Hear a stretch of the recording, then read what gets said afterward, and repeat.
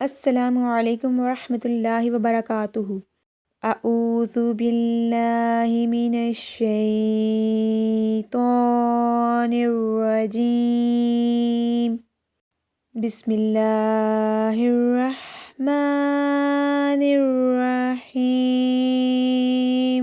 اللہم نبہنی فیہ لبرکات اسحارہ، ونور فیہ قلبی بدیاء انوارہ، وخذ بکل اعداء الی اتباع آثارہ، بنورک یا منور قلوب العارفین۔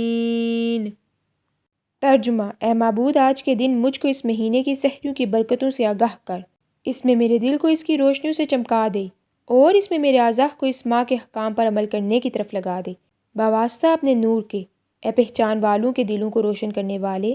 ماہ رمضان کے 18ویں دن کا ثواب۔